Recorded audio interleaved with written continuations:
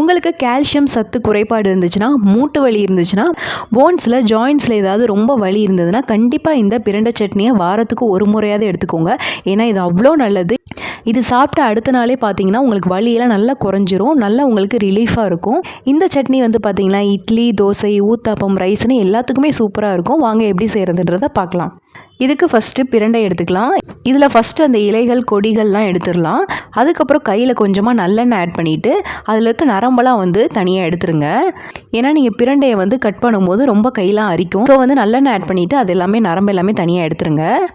இந்த மாதிரி தனியாக எடுத்து வச்சுருங்க. இது வந்து நீங்கள் சின்ன சின்னதாகவும் கட் பண்ணிக்கலாம், இல்லை கொஞ்சம் பெருசாகவும் கட் பண்ணி ரெடி பண்ணிக்கலாம். இப்போ வந்து பார்த்திங்கன்னா கட் பண்ணி வச்சாச்சு. இப்போ வந்து இன்னொரு பேனில் 2 டேபிள் ஸ்பூன் அளவுக்கு உளுந்து, 1 டேபிள் ஸ்பூன் அளவுக்கு கடலைப்பருப்பு, 5லேருந்து 7 வரமிளகாய் ஆட் பண்ணிக்கலாம். அதுக்கப்புறம் 1 டேபிள் ஸ்பூன் அளவுக்கு மல்லி விதைகள், 1/2 டீஸ்பூன் அளவுக்கு மிளகு, 2 டீஸ்பூன் அளவுக்கு நல்லெண்ணெய் இதெல்லாம் சேர்த்துட்டு நல்லா ரோஸ்ட் பண்ணி விட்டுக்கோங்க. நல்லா அந்த உளுந்தும் கடலைப்பருப்பும் நல்லா செவந்து வரணும், அந்த அளவுக்கு நல்லா வறுத்து எடுத்துக்கோங்க. இப்போ இதை நல்லா கம்ப்ளீட்டாக ஆற வச்சுட்டு இன்னொரு பிளேட்டுக்கு ட்ரான்ஸ்ஃபர் பண்ணிடலாம். இப்போ நம்ம ரெடி பண்ணி வச்சுருக்க பிரண்டையை அதே பேன்லேயே சேர்த்து இன்னும் 2 டீஸ்பூன் அளவுக்கு நல்லெண்ணெய் ஆட் பண்ணி அது நல்லா கலர் மாறுற அளவுக்கு வதக்கிக்கோங்க. அது வந்து பார்த்திங்கன்னா நல்லா வெளுத்து போன பச்சை கலரில் வரும். அந்த மாதிரி வந்து நல்லா வதக்கிக்கோங்க. வதக்கிட்டு அதையும் ஆற வச்சுருங்க. இப்போ வந்து அதே பேன்லேயே 10லேருந்து 12 சின்ன வெங்காயம், பூண்டு வந்து ஒரு 10லேருந்து 15 ஆட் பண்ணிக்கலாம். அதுக்கப்புறம் 2 தக்காளி, சின்னதாக ஒரு லெமன் சைஸ் புளி ஆட் பண்ணிக்கோங்க. இதெல்லாம் ஆட் பண்ணிவிட்டு இதையும் சேர்த்து நல்லா வதக்கிக்கோங்க.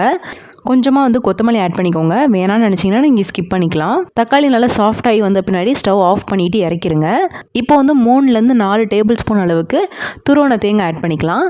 நல்லா அந்த ஹீட்லேயே மிக்ஸ் பண்ணிக்கோங்க. இப்போ நம்ம வறுத்து வச்சுருக்க பருப்பு, மிளகாய் எல்லாத்தையுமே ஆட் பண்ணிக்கலாம். அதுக்கப்புறம் பிரண்டை, அதுக்கப்புறம் வெங்காயம், தக்காளி, தேங்காய் எல்லாமே ஆட் பண்ணிக்கலாம். இதுக்கு வந்து 1 டீஸ்பூன் அளவுக்கு கல்லுப்பு ஆட் பண்ணிக்கலாம். கொஞ்சமாக தண்ணி விட்டு நல்லா வலுவலுன்னு ஃபைனாக அரைச்சி எடுத்துக்கோங்க. இப்போ வந்து இன்னொரு பேனில் 3லேருந்து 4 டேபிள் ஸ்பூன் அளவுக்கு நல்லெண்ணெய் ஆட் பண்ணிவிட்டு 1 டீஸ்பூன் அளவுக்கு கடுகு, கொஞ்சமாக கருவேப்பிலை, 2 வரமிளகாய், 1/4 டீஸ்பூன் அளவுக்கு பெருங்காயத்தூள் இது எல்லாமே ஆட் பண்ணி தாளிப்பு ரெடி பண்ணிக்கோங்க. இப்போ நம்ம ரெடி பண்ணி வச்சுருக்க தாளிப்பை சட்னியில் ஆட் பண்ணிட்டிங்கன்னா சூப்பரான பிரண்டை சட்னி ரெசிபி ரெடி ஆயிரும்.